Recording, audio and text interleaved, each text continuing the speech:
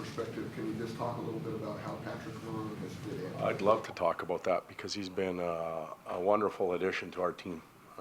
He's fit our locker room well, which is, for him, he's been moved before, but to come to a new team that is obviously not going to be in the playoffs and leave a team that is going to push, in their case, hoping for the Stanley Cup is not an easy thing, but he's really fit our room well. He's shown leadership skills that we need. He's brought the proper attitude in, and that's just what he's done off the ice. When he puts the equipment on, he's been, he's brought size, he's brought strength, he's brought the ability to be involved for teammates. He's been able to score, and he's found a home playing with one of the best players in the world, and that'll be a real motivating factor for him, I hope, over the summer. There's some things he'll need to do, and I'd like to play him on the left side with 97 start next year. But Patty will dictate how well that goes and how well it doesn't. But I'm counting on him doing those things that he needs to do. Are you surprised at all that Patty's been able to finish as well as he's done so far? No, I think he's got incredible hands. Most of the teams that he's played on outside of the National Hockey League, he's been a top scorer.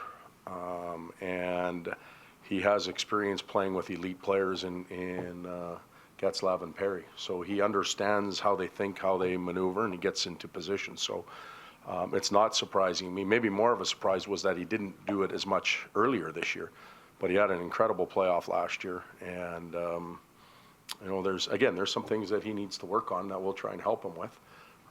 And if he does those, I think he can even improve more. Were you aware that Marleau had asked for to be billed prior to the deadline, or was it something that? No, well, and with that, a couple things. One, I'd be a little bit careful. You always have to err on the what was really said side. When a Russian reporter goes through a translator, then it's tweeted out 7 times, and I remember going to kindergarten and you'd whisper in like 15 people's ears, and by the time you got around, what was pink was red, and so I would be a little bit cautious when it comes to that. And then the fact that he did or didn't, really, frankly, for me, isn't really that important right now. It's the group. We're here to take care of the group, and nobody is bigger than the group, and that's how it's always going to be. But would you describe him as, I don't know if unhappy is the right word, but an unhappy player, an unsatisfied player? Well, there's 2 sides to that pancake, if that's what he is. Nugent Hopkins, did he any better than he was a couple of days ago? Or? He skated this morning. He feels better. He's obviously not going to play tonight with us having a 5-6 day period between our next game. And we'll have a day off tomorrow, give him more of an opportunity to completely recover. We're not going to fool around with Nuge right now. If he doesn't feel 101%, we're not going to put him in. But he's trying hard. He wants to get back and play, and I'm happy for him that he's approaching it that way. And I'd like to put him in the lineup again, but we're not going to fool around with it. Marty? Adam was away dealing with family issue. He's back with our team now. He skated today. His injury is getting better.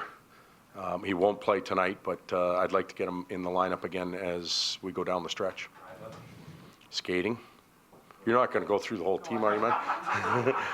Yeah. Are these guys shut down for the rest of the year? No, any of the players that are hurt, if we can get them back playing, I think that's a huge hurdle for them to cross. They know that they've played in an NHL game down the stretch at some point in a competitive situation. They could go into their summer and train properly without having that doubt.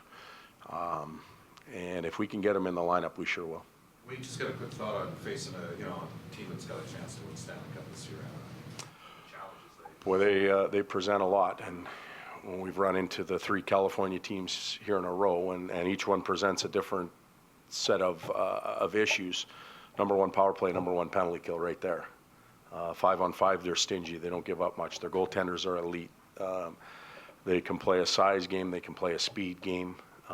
They're very good in the circle. They've become a very strong checking team. It's become really part of their identity. They don't want to give up as much. So sounds like a complete team.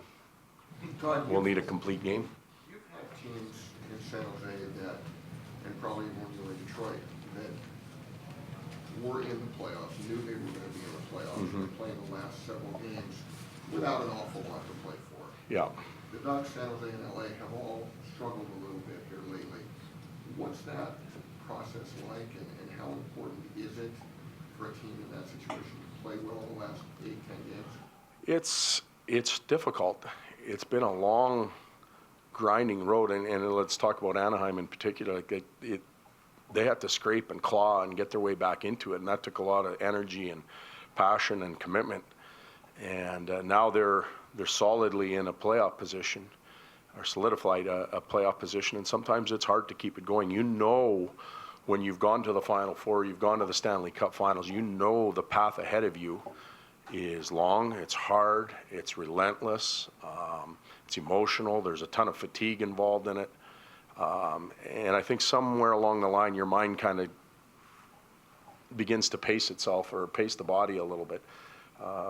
So that's been my experience in the years going into the playoffs with those teams. Some years it costs you. Other years it benefits you. You get a little bit of a rest or a break. I don't know if there's a formula that you have to follow to get in and be at your best. Everybody will talk about it. I know the people that I know in San Jose are talking about it. They want to be at the elite level. I know the LA Kings were talking about it when we left, and I'm guessing that Gabby and his staff are talking about it. But those three teams in particular, they've been there enough. They'll be ready to play. You're coaching the young guns. Do you look at John Gibson, because he's going to be maybe your starter a little differently than just an opposing team goaltender? Yeah, we've had an opportunity to watch him a lot during the year, and when I say we, that whole staff from the 2014, not just Todd, but the whole staff. And as we do pre-scouts for Anaheim, we've played them 5 times now. You watch what he does and how he carries himself in goal, and he looks very confident, and looks like he's both of them. You know, they're fortunate they've got 2 goaltenders they can go to in the playoffs, and both of them look ready to play. Todd, do you think the prospect of a shot at the Calder motivates McDavid in any way? I don't think Connor's wired that way. I think he just wants to play real well for his team. I don't think the individual, let's face it, he's had a life already. He's 18, 19 years old. He's a lifetime full of individual accolades and awards and all that type of stuff. He doesn't seem to be wired that way. He seems to be wired to come and improve and get better and make his teammates better.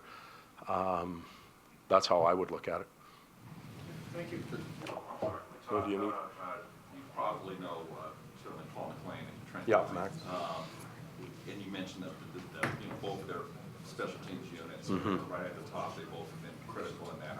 How big is it to have, I guess, that kind of, experience or whatsoever on a staff? You know, guys that head coaches and things of that nature that even play into on ice. Sometimes you're selling ice to Eskimos, and you know, if you're the salesman and you got a ton of experience and you've been able to get some results, the Eskimos may bite a little bit more.